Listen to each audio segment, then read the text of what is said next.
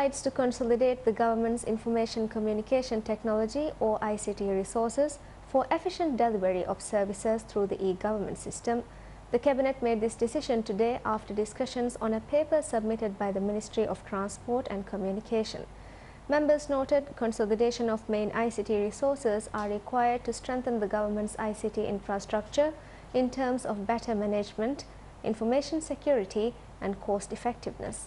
It was also noted that strengthening the ICT infrastructure would help to set processes and services in line with the government mandates for rapid and efficient outcomes, which applies for all government deliverables. The Cabinet also discussed measures to increase the use of renewable energy in Maldives and to reduce expenses on electricity. Members spoke on the need to formulate a procedure for production and sale of electricity.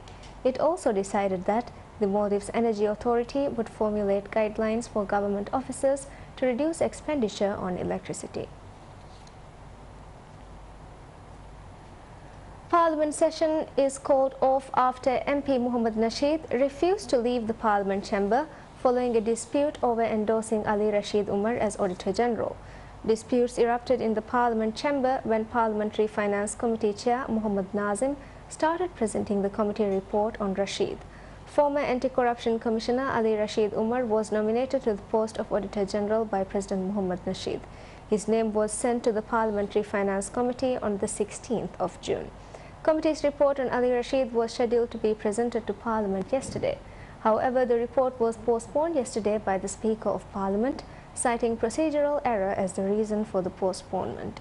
MP Muhammad Nasheed raised a point of order today just as MP Nazim started presenting the committee report on Ali Rashid. MP Nasheed said that the report cannot be presented to the chamber. He claimed that the report was not passed by the majority of the Parliamentary Finance Committee.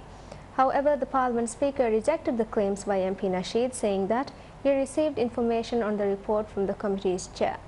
MDP's parliamentarians maintained that the information presented in the report is false. Disputes led the Speaker of Parliament to ask MP Nasheed to leave Parliament proceedings. However, Nasheed refused to leave the chamber.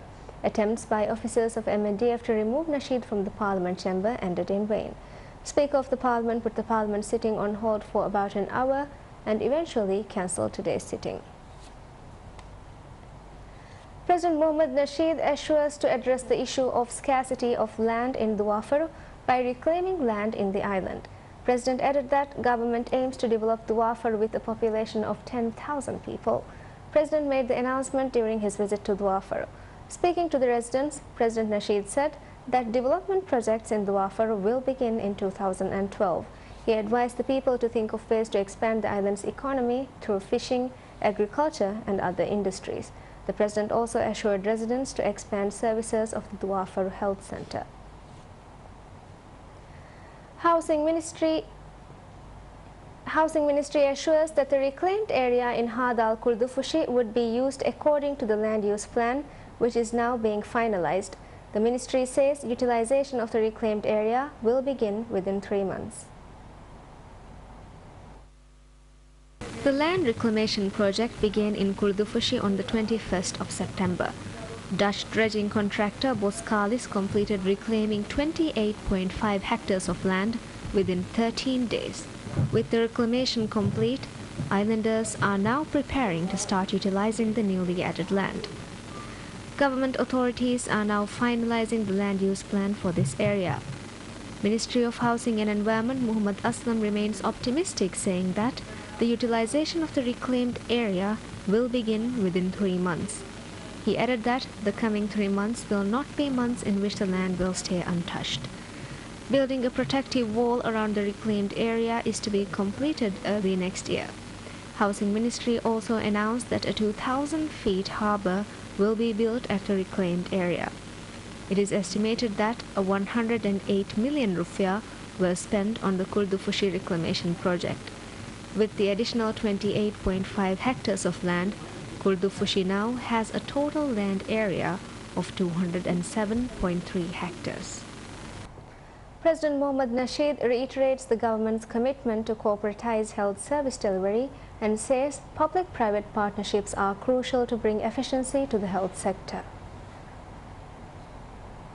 He made the comment speaking at the meeting involving senior stakeholders for dissemination of findings on social determinants of health analysis and recommendations of National Report on Social Determinants of Health held at Holiday Inn this morning. Outlining the three main pillars of the government's health policy, the President said corporatizing the delivery of health service was an important policy of the government to develop the health sector and meet the people's expectations in volume and quality of health service they receive.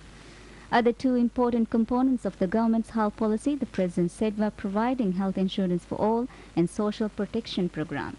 On providing health insurance for all, the President said it was more sustainable than trying to sustain inefficient public health delivery systems.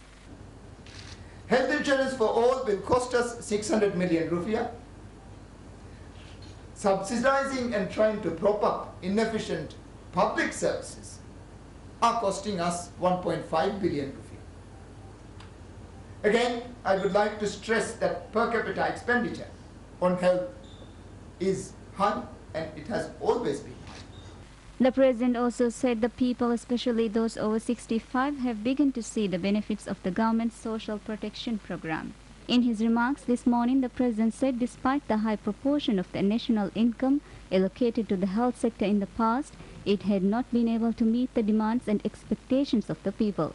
The President said this was mainly because while the incidences of lifestyle-related non-communicable diseases were increasing.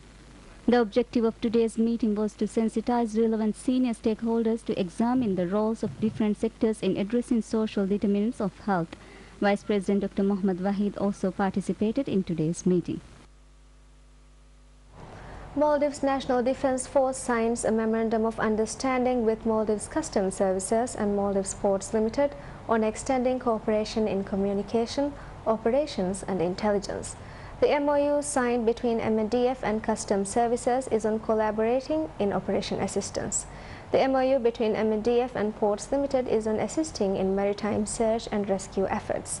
The agreements were signed by the Chairman of Ports Limited, Hussein Nizar, Minister of State for Home Affairs and the Head of Customs, Muhammad Aswan, and the Minister of State for Defence and National Securities, Muhammad Muiz Adnan.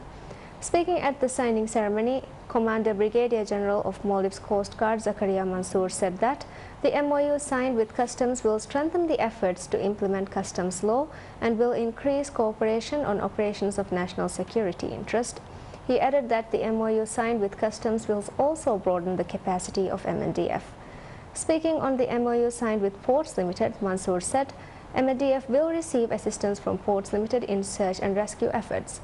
He added that MNDF will extend their services to assist Ports Limited to ensure safe harbour operations.